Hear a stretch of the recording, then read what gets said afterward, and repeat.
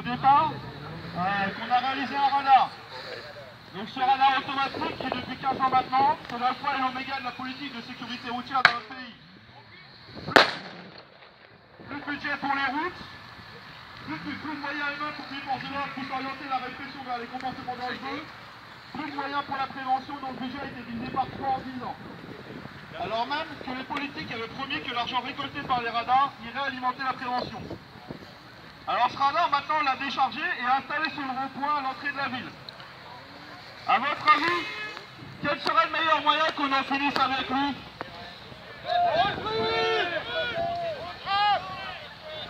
Alors vous n'êtes pas tous d'accord, parce qu'il y en a qui proposent de le brûler, il y en a qui proposent de pisser dessus. Du coup ça va être un peu contradictoire. Alors, comme le dit Charles, on va faire dans l'ordre. Donc on va commencer par le brûler, et puis après, ceux qui voulaient pisser dessus, pourront éteindre le feu avant de pisser dessus. Donc, Laurent, si tu peux ramener la torche.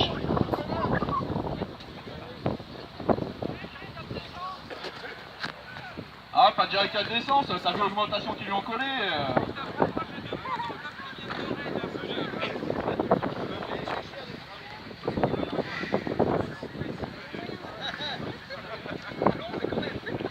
Donc on va profiter de cet arrêt pour prendre un peu de temps pour pousser un coup de gueule. C'est pas faux. Pas contre vous, bien sûr. Vous qui êtes là tous ensemble pour défendre vos droits, ne pas être transformés en délinquants du jour au lendemain, parce qu'un technocrate dans une tour de la défense a eu l'impression d'avoir une idée de génie. Et un coup d'œil contre tous ceux qui viennent à l'abri derrière leurs écrans expliquent que la mobilisation ne sert à rien, que c'est perdu d'avance. Les mêmes qui nous expliquaient que c'était perdu d'avance en 2011, lorsque le gouvernement a fait retirer les panneaux annonçant les radars. Les mêmes qui nous disaient que nous, motards, on n'éviterait pas le contrôle technique, que nous n'étions rien par rapport au lobby qui était face à nous avec sa puissance économique. Et pourtant, tous ces combats, ils ont été gagnés. Gagnés parce que 80 000 manifestants y ont cru. Parce que les associations d'usagers, comme aujourd'hui, se sont unies. Parce que les usagers ont soutenu les associations qui les représentent en adhérant ou en leur envoyant des dons. D'ailleurs, si les manifestations ne servaient à rien, pourquoi la sécurité routière a-t-elle lancé une campagne de communication dans toute la presse quotidienne le jour même de notre mobilisation nationale? Comment expliquer que cette semaine, quelques jours avant nos manifestations, la sécurité routière a lancé une campagne de communication à la radio pour tenter de faire accepter sa mesure? Allez les chefs!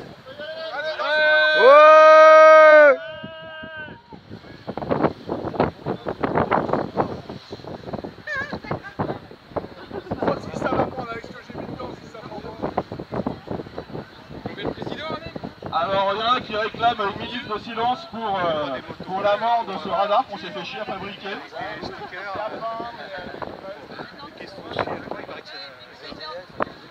Ouais, tu connais les merguez, mais vu que c'est du contreplaqué avec de la peinture dessus et tout, je te laisserai manger tes merguez tout seul.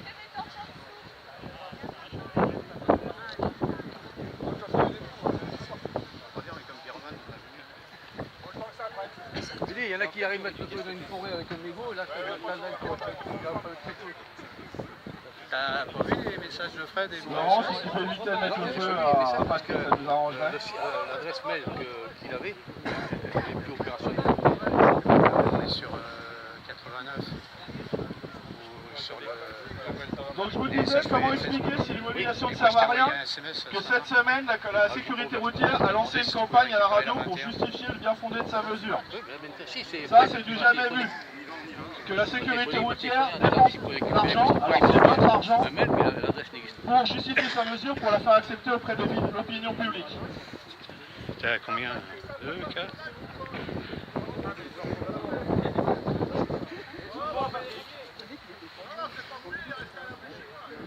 Si les manifestations ne servaient à rien, comment expliquer que l'opposition, même si c'est bien entendu son intérêt politique, soit vent debout contre l'abaissement de la limitation, tant au Sénat qu'à l'Assemblée nationale? Comment expliquer que semaine après semaine, les départements se positionnent contre cette mesure? C'est bien c'est bien parce qu'ils ont conscience que l'opinion publique est mobilisée et que nos arguments sont justes. Et ça, c'est bien parce que des gens comme nous aujourd'hui prennent sur leur temps libre pour manifester. Alors si le gouvernement ne reculait pas, ce ne serait pas parce que les manifs sont inefficaces. C'est parce que tous les pessimistes qui parasitent les réseaux sociaux ne se sont pas mobilisés.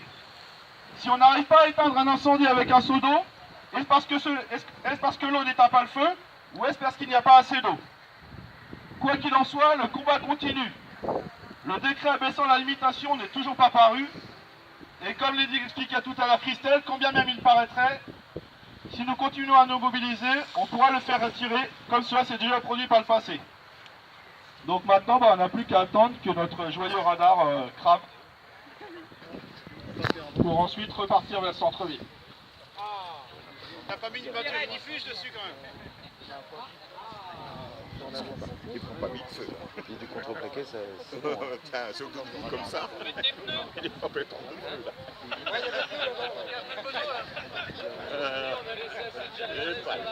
Ça s'éteint, t'as pas d'air là-dedans. Soulevé. Comment? Il y a des trous aussi derrière. Ah oui. Ambiance concentre. On quitte les tentes et puis la musique et puis... Ah ouais, ça laisse. Il n'y a pas à boire là-dedans, c'est ça qui est con parce qu'on commence à la péter. Un peu de bière à la buvette. On va au centre-ville. Ça s'éteint, ça torche. Attention les cheveux. Il y en a peu. Ouais. C'est pas mal comme manif.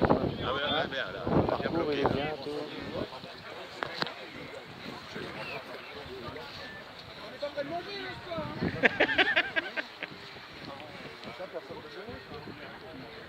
Ouais. Ça chauffe, hein? Ah oui, depuis tout à l'heure tu l'allumes. Je fais depuis 1 heure, c'est chaud maintenant. Bon, ça va y aller, hein? Mais tout d'abord, même la voiture privée, il y en a qui vont tomber dessus. Ils vont se faire défoncer les mecs. Parce qu'ils sont pas. Enfin, ils mettent pas s'ils sont assez rentrés. Donc, qui va voir ça et on fait une queue de poisson. Eux, ils font rien. Ouais. Eux, ils font rien. Ça cache, après, c'est un agent qui regarde. Oui, ça repart. C'est pas normal. Et non, ce qu'il faut faire, c'est faire avec le radar, puis la ville, qu'il avance au niveau de la chambre. C'est En une moto, en solution. voiture. Tu vois, camion.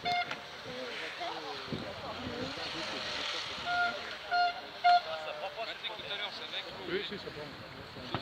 C'est le papier, le revêtement des planches.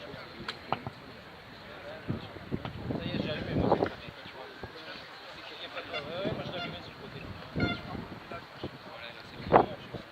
Alors, est-ce qu'il y en a qui ont ramené des rouleaux de PQ comme on avait demandé? Ouais. Est-ce qu'il y en a qui ont ramené des cadenas comme on avait demandé? Est-ce qu'il y en a qui ont ramené des chaînes? Ouais. Bon, ça vous ne l'avez pas demandé parce que sinon... Déjà on espérait déjà avoir des cadenas, on ne pensait pas que les gens laissent le jeu. Donc tout ça on va vous les demander quand on sera arrivé à la préfecture. Ils vont cadenasser la grille. Donc alors comme on vous l'a dit, à la place de la préfecture, c'est fort Bah, vous, neuf. les motos, oui. Avec ce qui s'est passé le premier Bah, à nous, Paris, vous êtes en quoi? ils ont dû nous prendre pour les Ah, en black moto, vous blocs. pouvez passer de chaque côté.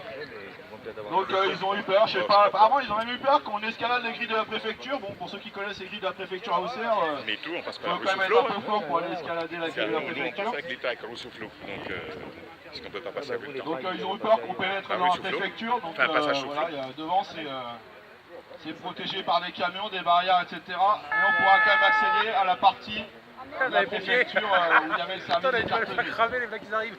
Donc là, à ce moment-là, pensez à venir vers nous, puisque c'est là qu'on va avoir besoin de vos cadenas et de vos rouleaux de PQ.